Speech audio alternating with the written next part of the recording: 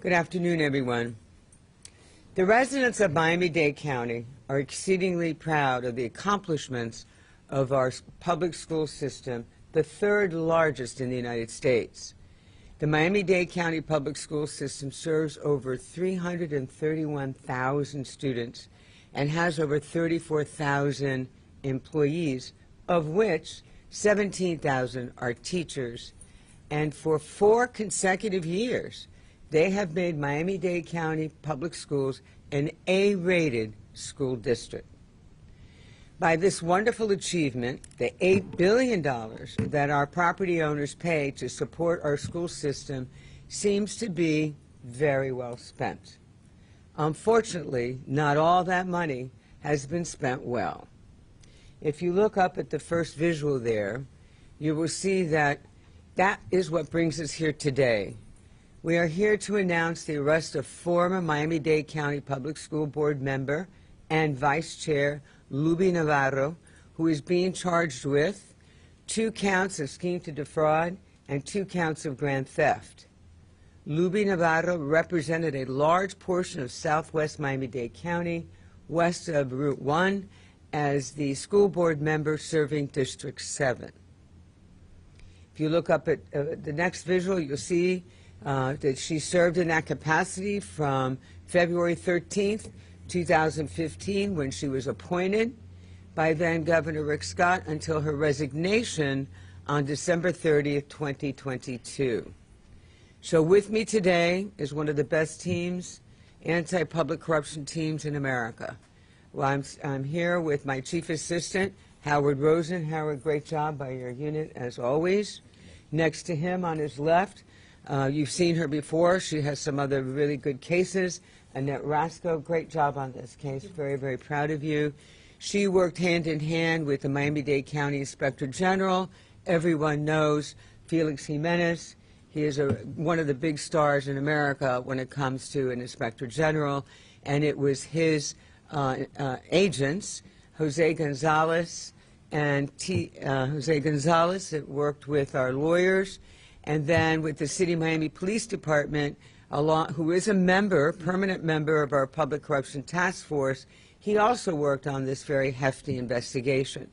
And Detective Spare, I'd like you to know that I did speak to your chief this morning, Chief Morales, and thanked him for the great work that you've done on the task force. Thank you, Detective. In this community, we all deeply believe that our elected officials are placed in positions not only of authority, but also of trust, to better the lives of every single individual that lives here. This is particularly true for those who are elected to our school board. Not only are they entrusted with the education of our children, they are also entrusted with the overall governance of our public school system. These school board members are also entrusted with ensuring that those $8 billion of tax monies are properly spent on education. Those are the jobs of our that we elected our school board members to perform. And over the years, just let me say, I'm sure our Inspector General joins me, our school board has done an outstanding job. And this is just one known board member who should not distract from the good work of the many others. The arrest warrant, which was signed by a circuit court judge, alleges that former Miami-Dade County School Board Vice Chair member Lubby Navarro used school district credit cards as a means of purchasing non-school related items and goods for personal gain. By utilizing her Miami-Dade County Public School issued credit card, we also call them P cards. She had P cards for purchases, and she also had them for travel. They could use them for only authorized items. These P cards are given to school board members to buy small items that would be impractical to go through the procurement process or to expedite purchases in times of need. The warrant also details that Navarro made over $100,000 in unauthorized personal purchases during 2022. This matter was initially uncovered by the school district administration, specifically the superintendent's chief of staff and the chief financial officer, once Ms. Navarro had left her position on the school board. Since Navarro left the school board in December 2022, her outstanding credit card paperwork became due in January of 2023. The bills and statements needed to be reconciled. That was usually done by the school board member themselves. But in this case, she left, and they did not reconcile. Instead, they were very suspicious. According to school board procedures, board members are responsible for completing their paperwork, explaining their expenditures. Navarro did not complete the paperwork because, as I said, in December of 2022, she had resigned, so that's why it went to the administrator's office to resolve. An initial review for that month showed large purchase amounts of over $13,000 made from retail stores that we all know, including Walmart, Office Depot, TJ Maxx, BrandsMart. Yes, you'll see that up on your screen. And also a review of Navarro's monthly statements from October 2022 and November 2022 also raised concerns. So the Miami-Dade Office of Inspector General was contacted, and at the end of January 2023, my Public Corruption Task Force, our Public Corruption Task Force, opened an investigation focusing on the possible irregularities on outstanding credit card bills by the former Miami-Dade County School Board member and Vice Chair Lubby Navarro. What was discovered was that Navarro's purchases were not school-related. They were not authorized. And I'll show you a few examples in just a moment. So from January, if you look up at the next visual, you'll see that from January 1st to 2022 through December 31st, when she resigned, you look at the records, and what do I mean by that? We're talking about store surveillance videos. We're talking about still photographs.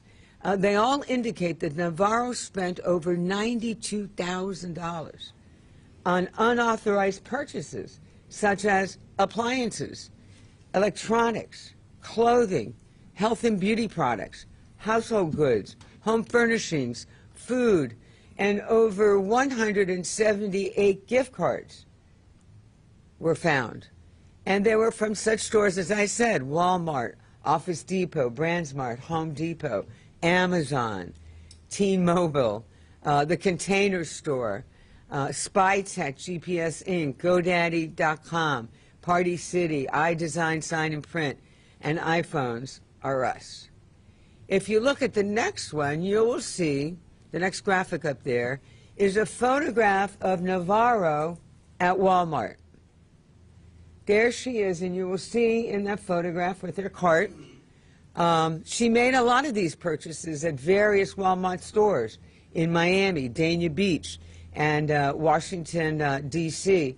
These were all locations, and at all these locations, they totaled over $26,400. Records also revealed that she spent more than $9,000 on unauthorized purchases on her travel purchase card. This included unauthorized bills such as, you'll see it again up there if you like, you'll see, it went for air travel, it went for hotels, meals, car rentals, and entertainment for herself, her friends, and their family members. For example, she took her mother to the Dominican Republic, and she took her then-boyfriend to Las Vegas, and then she paid for her then-boyfriend's family to go to Disney World. If you look up at those, at that particular visual, you'll see there the travel to, then at Wynn Hotels in Las Vegas, and then the return down at the bottom. It was in sequence for everyone to sort of be able to follow it. We know it's small print. So where did all these purchases go? They went to Navarro's primary residence in Kendall. It went to a market called Shook that was located in Fort Lauderdale, which was owned by her then boyfriend, and to a self-storage facility located at Southwest 117th Avenue in Miami, which actually was paid for by the gift cards that I previously mentioned. So let's take a look at where those items were. We found the purchase, as I told you, in her home. You'll see there, that's a commercial-grade refrigerator. That's a sofa. And then on the far right is a convection oven. And other than the sofa, I can't really say, you'll see the others are commercial-grade. Then you go to the Shook Market, her then boyfriend's market. She had actually met him at the market, and they became friends, and they later developed an intimate relationship. But she began to buy items for his market, such as a commercial refrigerator. And you can look up again there, you'll see that's the one in the middle, a commercial-grade refrigerator. To the left, there are two wine chillers, you'll see back to back, and then a Prevel espresso machine. And also, I don't know if you can see it there, but there's also a chest freezer. Now, let me just say, these are only glimpses of the very extensive array of evidence which lays the foundation for the charges filed today. Every dollar stolen and spent by Ms. Navarro is a dollar taken from our school system and therefore stolen from our children and diminishing their possibility of a better future. Lubby Navarro, who had been the vice chair of the school board and had worked for the school system since 2002, knew better. She knew better than to have gone down this very pathetic path. After so much work in the area of public corruption, so many investigations, so many arrests, and so many prosecutions, there are still individuals who think that they can get away with stealing from the public. They cannot. This one mean, lean machine, it will be looking for you. We are all here today to say that if you even consider such an action, my public corruption unit, our public corruption task force, our law enforcement community will be waiting for you.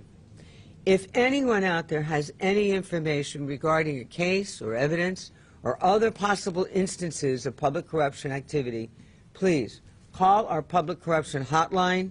It's 305-547-3300. And so with that, do you want to say a few words? With that, I'm now going to introduce the very honorable, a great partner in all that we do, our Inspector General, Felix Jimenez. Thank you, Ms. Rundle. And I must say, I've said this so many times, but I commend you for your untiring work and the fighting the good fight against public corruption for so many years. Thank you. Thank you for being such a good partner. I am the Inspector General for Miami-Dade County, and I'm also the Inspector General for the Miami-Dade County School Board, who we are contracted to provide Inspector General services for. Ms. Navarro's betrayal of the public trust extends beyond financial theft. It shatters our trust in institutions, erodes faith in the system, and unfairly tarnishes the good work done by other board members who deeply care about our schools. With blatant disregard for public trust, Ms. Navarro siphoned away resources meant for the good of our children at a time when school funding is a challenge. It is important to note that it was the school administration that brought this matter to our attention. We have been working with them to determine why this happened and strengthening checks and balances to prevent it from happening again. I have been advised that the district's Office of Management and Compliance Audits has prioritized its scheduled audit of P-card usage within the district, and my office will be conducting a review of P-card usage by current and immediate past board members. Thank you. Thank you.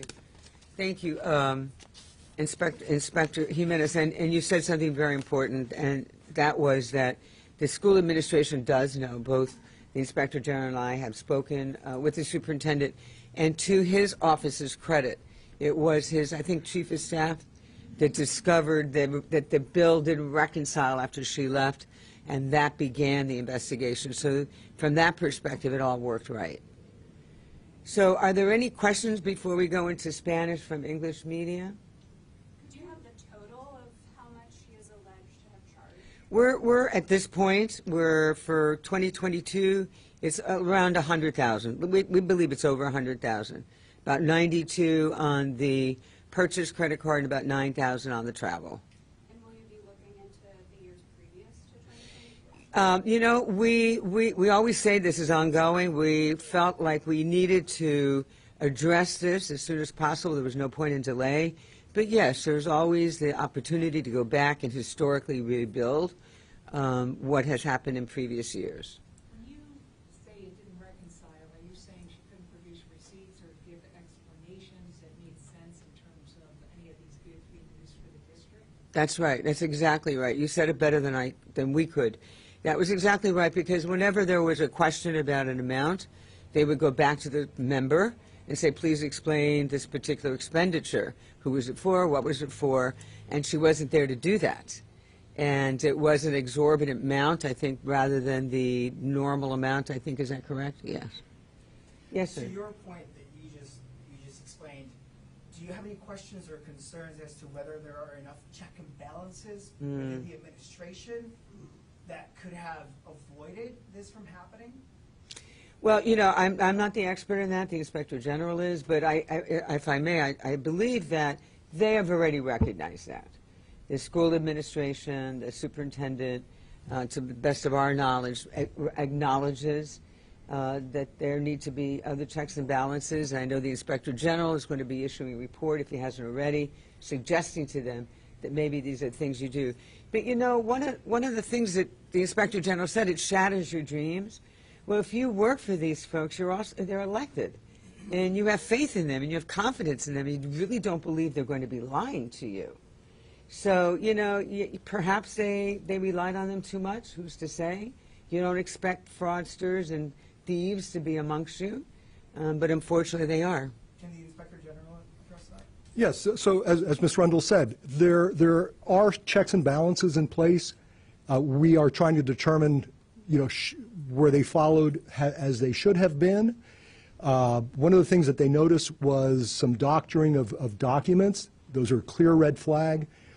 And again, there's a certain deference given to elected officials because you expect them to be there to do what they were elected for, to do a good job. So maybe we need to do more of a trust but verify.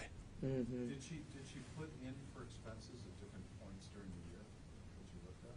Well, these are monthly reconciliations that are submitted, yes. It would, Were there questions each month by the numbers that didn't match up? I'm trying to picture the person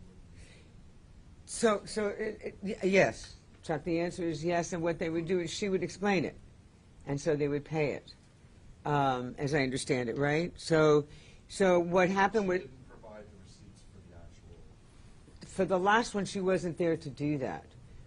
So every month, as the bills came through, she would either leave it at a certain amount or she would submit things to them, and she would explain it to them. But the last month, she wasn't there to do that. So they had to try to reconcile it, which is how they discovered it. How much of that last month makes up the 100,000? I think it was 13,000 something, 13,000 plus. So throughout the year, she spent that $100,000. Yes. That is an accumulation for that year of 2022. So it's like a monthly $6,000, $8,000. And just for your information, there is a very extensive, well-written warrant that outlines, I think it's 61 pages, 91? 91 pages. It has everything there monthly. It's got charts.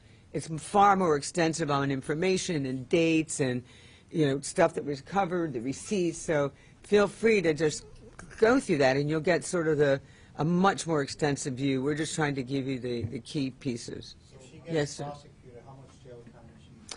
She's looking at a minimum of 3 and up to 55. Up to 55. She's presently on a $2 million bond.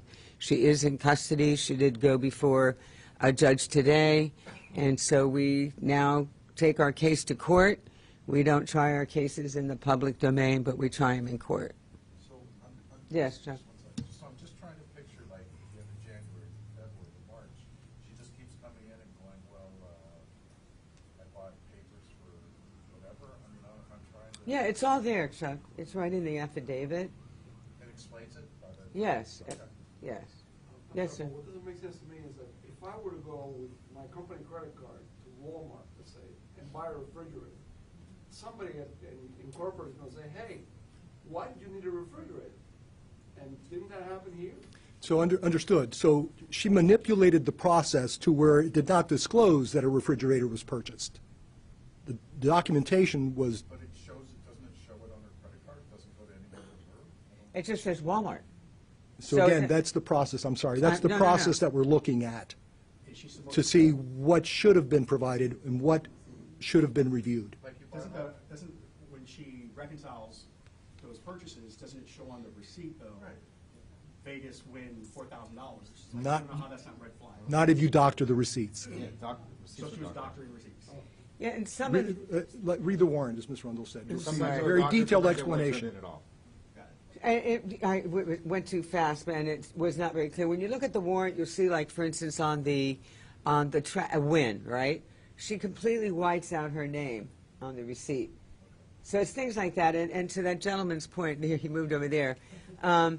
Receipts didn't come in for refrigerator or wine coolers. They never saw those.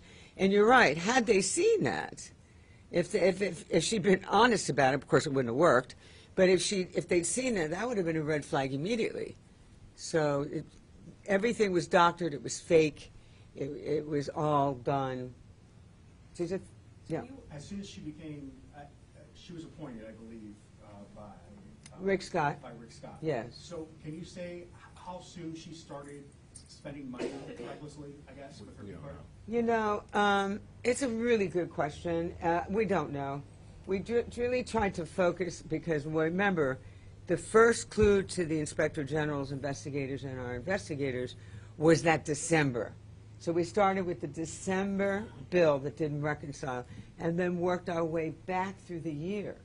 So that's why you go from 2022, I think it's January 1st of 2022 through December when she resigned.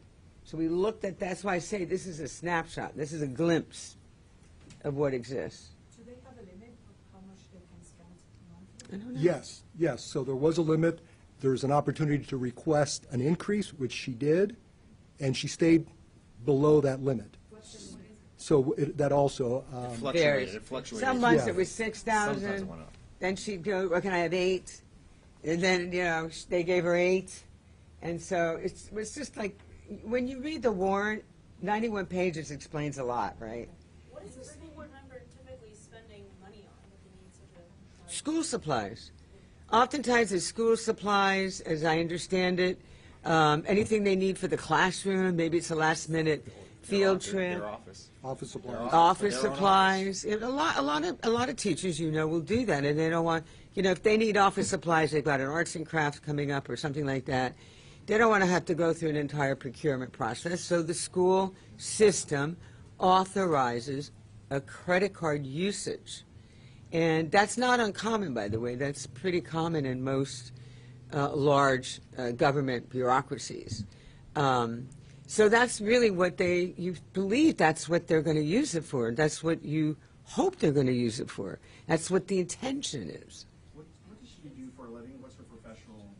She's been a lobbyist and worked for a local hospital and various organizations here in Broward and Dade.